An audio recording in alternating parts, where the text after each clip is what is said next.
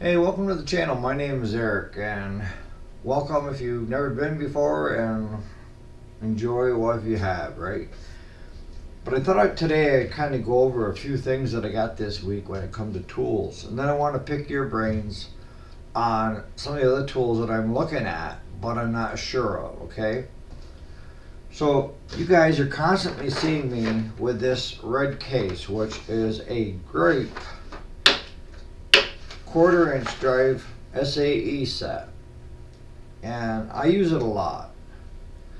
But the problem I have is I've got metric sockets, deep well and shallow well, that are loose in my toolbox, but they're not handy to come over and just grab my little box and set it here and do work. So I end up, grabbing tools out of here, but sockets out of my toolbox. So I said, well, let's see if we can't fix that problem. So I was over to Harbor Freight last night, and this is a Pittsburg Pro Series, and this is their 1/4 inch metric set. And I can already see one thing I don't like, and that is the way the ratchet is set up. I like it where you can push in the back and it locks the socket on until you're done, and then you can undo it. Nothing pisses me off more than you put a socket on, you go to turn, the socket keeps falling off from it because the ball bearing in there is just wore down.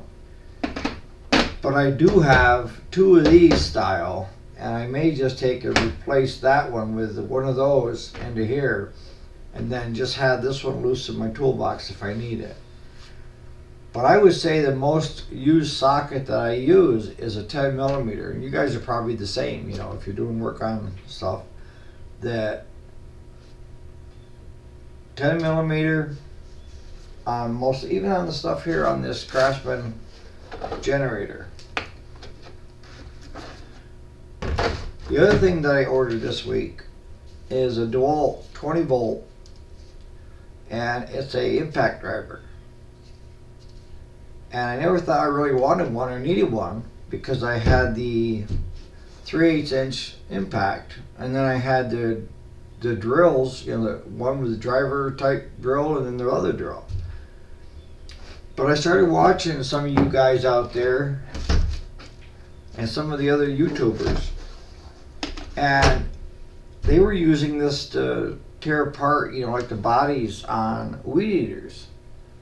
And when it comes to like working on a Stihl weed eater, if I want to get into the body to get at the muffler, I end up having to use a 27 Torx head bit.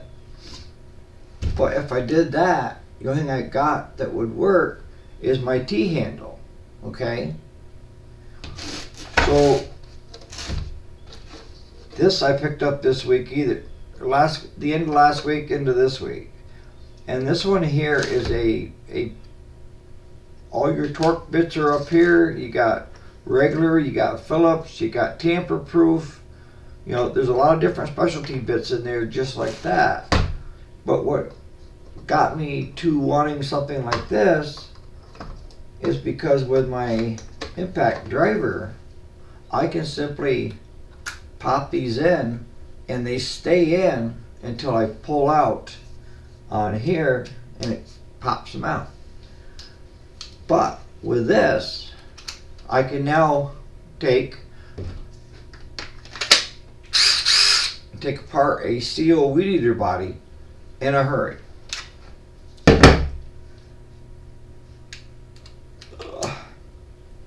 Now what I had done is I wanted to stay with the 20-volt because my whole arsenal is 20-volt. I swear by them.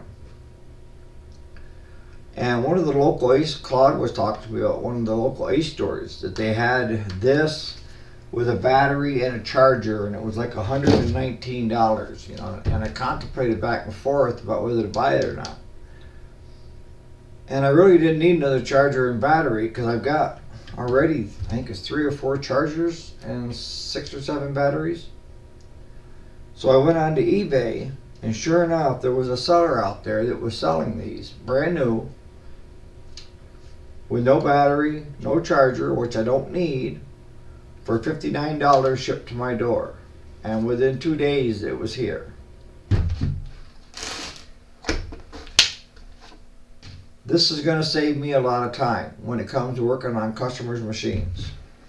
And it's handy because all my Dewalts are all 20 volts, take the same battery. Now, a couple of things that I wanted to pick your brain on. I was looking at getting a digital tachometer. I don't know if that's how you pronounce it.